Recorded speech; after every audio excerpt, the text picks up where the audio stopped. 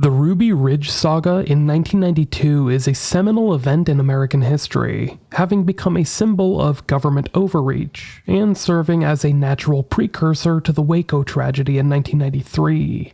For that reason, we're going to take a slight detour in our ongoing coverage of the Branch Davidian story to briefly touch upon this one, and how it ultimately had an effect on the events unfolding down in Waco, Texas.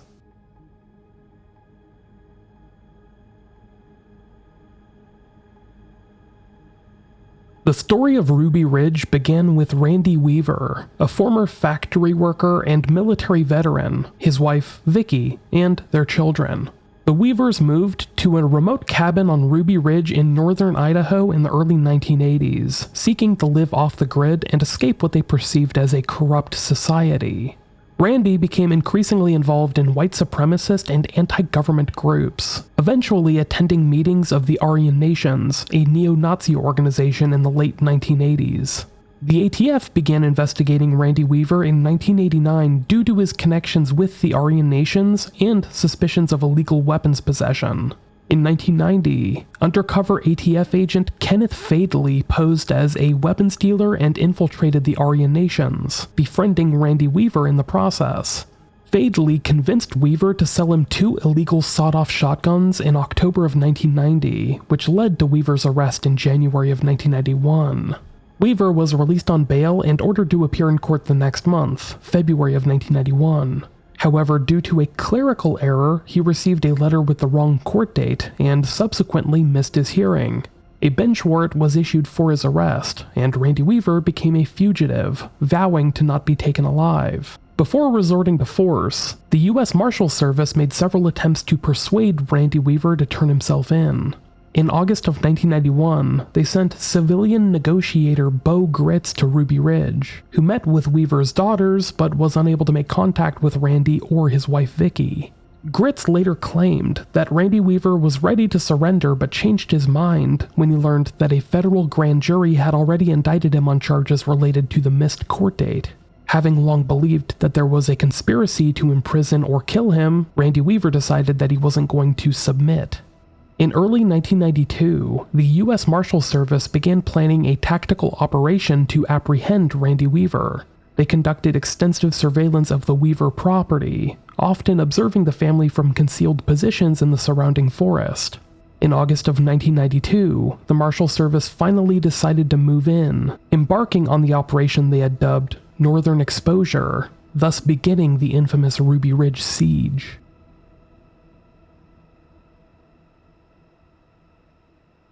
On the morning of August 21st, 1992, a team of 6 U.S. Marshals, led by Deputy Marshal Arthur Roderick, arrived at Ruby Ridge to scout the area and plan the arrest of Randy Weaver.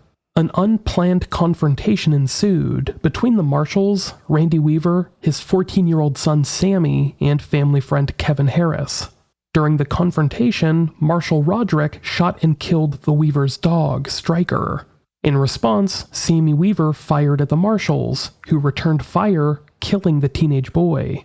Family friend Kevin Harris, believing that the Marshals had killed both the dog and the boy, fired at and killed Deputy Marshal William Deegan. The remaining Marshals retreated and called for backup. After the initial shootout, the FBI's Hostage Rescue Team, or HRT, was deployed to Ruby Ridge. Due to the perceived danger posed by Weaver and his associates, the FBI's rules of engagement were altered for this operation. This modified ROE, or rules of engagement, allowed agents to use deadly force if any armed adult was observed outside the cabin. This change would have significant consequences in the days to come.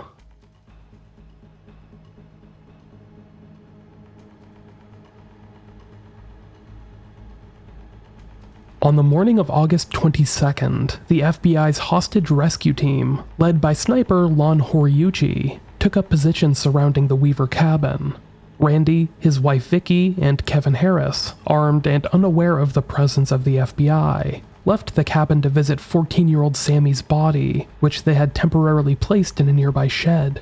As they returned to the cabin, Horiuchi fired at Randy, wounding him in the arm. Randy, Vicky, and Kevin Harris scrambled back toward the cabin for cover. As they reached the door, Horiuchi fired again, intending to hit Kevin Harris. However, the bullet passed through the door, striking Vicki Weaver in the head and killing her instantly. At the time, she had been holding her 10-month-old daughter, Elisheba.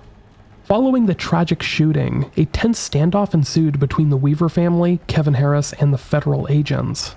The FBI attempted to negotiate with Randy Weaver, but he refused to surrender, demanding that the charges against him be dropped and that his family's safety be guaranteed. During the standoff, Bo Gritz returned to Ruby Ridge to serve as a mediator between the two sides. Through his efforts, on August 30th, Kevin Harris surrendered to authorities, having been seriously wounded by the same bullet that killed Vicki. The next day, Gritz convinced Randy Weaver to leave the cabin, and he surrendered peacefully, ending the 11-day siege. The Ruby Ridge siege left the Weaver family devastated. Vicki and Sammy were dead. Randy and Kevin faced criminal charges, and the surviving children were left without a mother. In 1993, Randy Weaver and Kevin Harris were acquitted of murder and conspiracy charges. Weaver was later found guilty of failing to appear in court and violating the terms of his bail, for which he was sentenced to 18 months in prison and fined $10,000. The Ruby Ridge incident resulted in significant fallout for the U.S. government. Public opinion widely regarded the actions of the federal agents as excessive and heavy-handed, leading to increased scrutiny and criticism of federal law enforcement agencies. Several investigations were conducted into the actions of the ATF, the U.S. Marshal Service, and the FBI. These investigations revealed a series of miscommunications and tactical errors, culminating in the deaths of Vicki and Sammy Weaver, as well as Deputy Marshal William Deegan. In 1995, the Weavers were awarded a $3.1 million settlement from the U.S. government for the wrongful deaths of Vicki and Sammy. The leader of the FBI's hostage rescue team, Lon Horiuchi, was later charged with manslaughter for Vicki's death, but the charges were eventually dismissed due to some legal complexities. In the years following the Ruby Ridge siege, public outrage over the government's actions grew steadily. A perceived lack of accountability for the deaths of Vicki and Sammy Weaver, as well as the involvement of the Bureau of Alcohol, Tobacco, Firearms, and Explosives, better known as the ATF, the U.S. Marshal Service, and the Federal Bureau of Investigation, led to demands for a thorough investigation into the events, as well as the decision-making processes of the involved agencies. Congressional leaders, responding to public pressure and their own concerns, decided that a full investigation into the Ruby Ridge incident was warranted. In 1995, the Senate Subcommittee on Terrorism, Technology, and Government Information, chaired by Senator Arlen Specter, announced that it would hold hearings to examine the events of Ruby Ridge and the conduct of the law enforcement agencies involved. The congressional hearings on Ruby Ridge took place over 14 days in September and October of 1995. The hearings featured testimonies from a variety of witnesses, including Randy Weaver, family friend Kevin Harris, federal law enforcement agents involved in the siege, and some high-ranking officials from the ATF, the U.S. Marshals, and the FBI. Randy Weaver testified before the Senate subcommittee, recounting the events of the Ruby Ridge siege from his perspective. Weaver emotionally described the loss of his wife, Vicki, as well as his son, Sammy, and expressed his belief that the federal agents involved had acted with excessive force and had violated his family's constitutional rights. Weaver's testimony resonated with many Americans who viewed the government's actions at Ruby Ridge as an example of overreach and an abuse of power.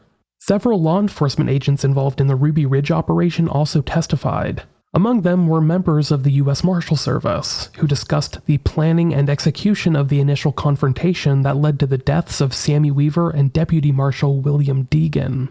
FBI agents, including sniper Lon Horiuchi, who fired the shot that killed Vicki Weaver, also provided testimony. These agents attempted to justify their actions, citing the perceived threat posed by Randy Weaver and his family. Throughout the hearings, numerous revelations emerged regarding the handling of the incident.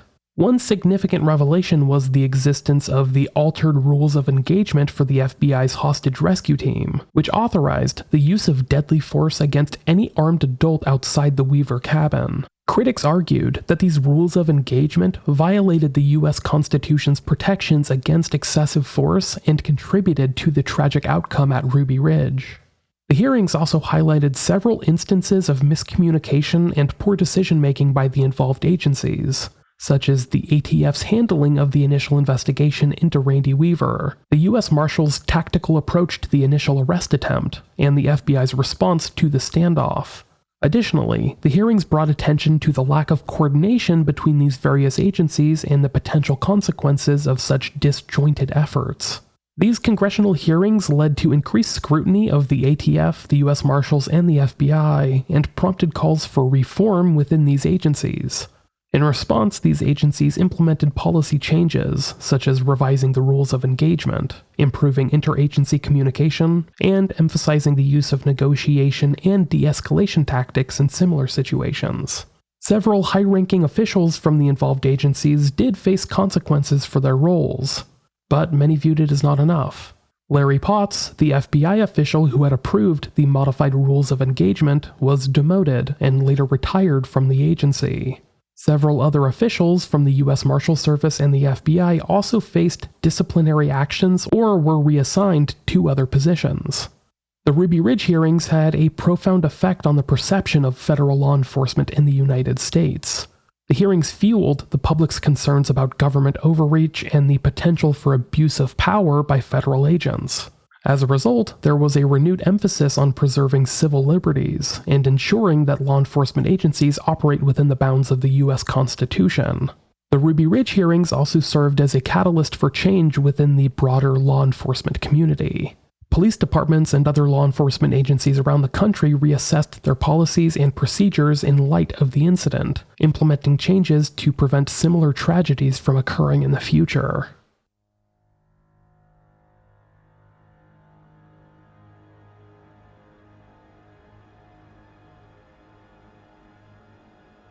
The Ruby Ridge siege is often seen as a precursor to the 1993 Waco tragedy, in which another standoff between federal agents and a religious group known as the Branch Davidians, who were being led by David Koresh, led to dozens of deaths. The ATF's involvement in the Waco operation, along with their actions at Ruby Ridge, contributed to a significant erosion of public trust in the agency, and federal law enforcement as a whole.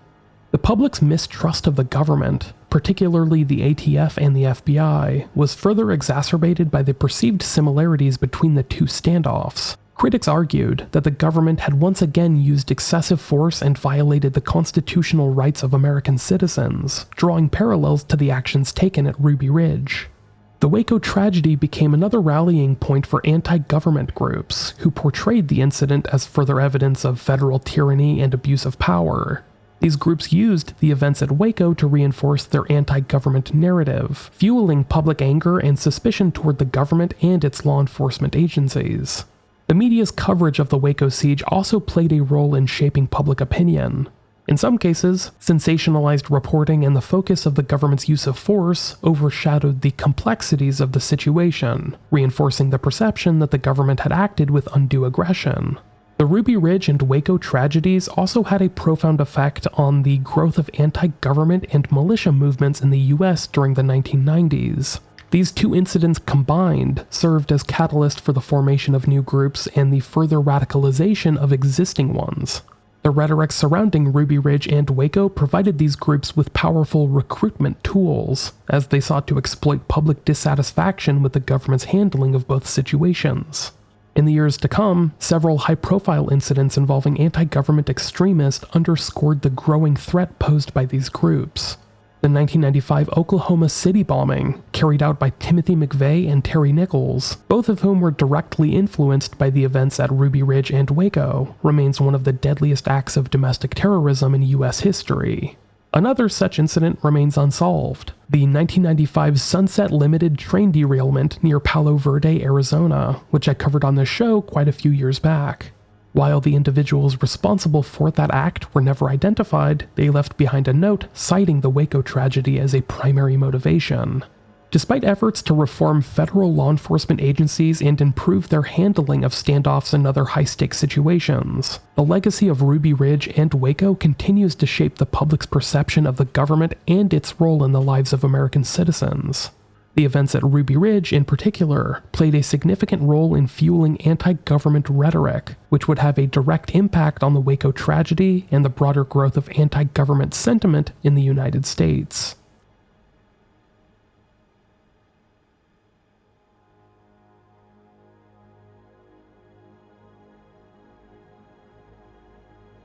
The 1992 Ruby Ridge saga remains a cautionary tale of the dangers of miscommunication, heavy-handed law enforcement tactics, and the tragic consequences that can follow. The incident has had lasting impacts on the perception of law enforcement in the United States, serving as a catalyst for the growing anti-government and militia movements that emerged in the 1990s. In the years since Ruby Ridge, there have been efforts to learn from the mistakes made during the siege and to implement changes to prevent similar tragedies. Law enforcement agencies have reevaluated their tactics and procedures in dealing with standoffs and have placed greater emphasis on negotiation and conflict resolution. Despite these efforts, the events at Ruby Ridge continue to serve as a stark reminder of the potential for tragedy when the government and its citizens find themselves in conflict. The story of the Weaver family, their loss, and the subsequent fallout from the incident serves as a crucial lesson on the importance of communication, restraint, and the preservation of civil liberties. It also highlights what can happen when the government overreaches its own authority, or at least what can happen when it's perceived to have done so.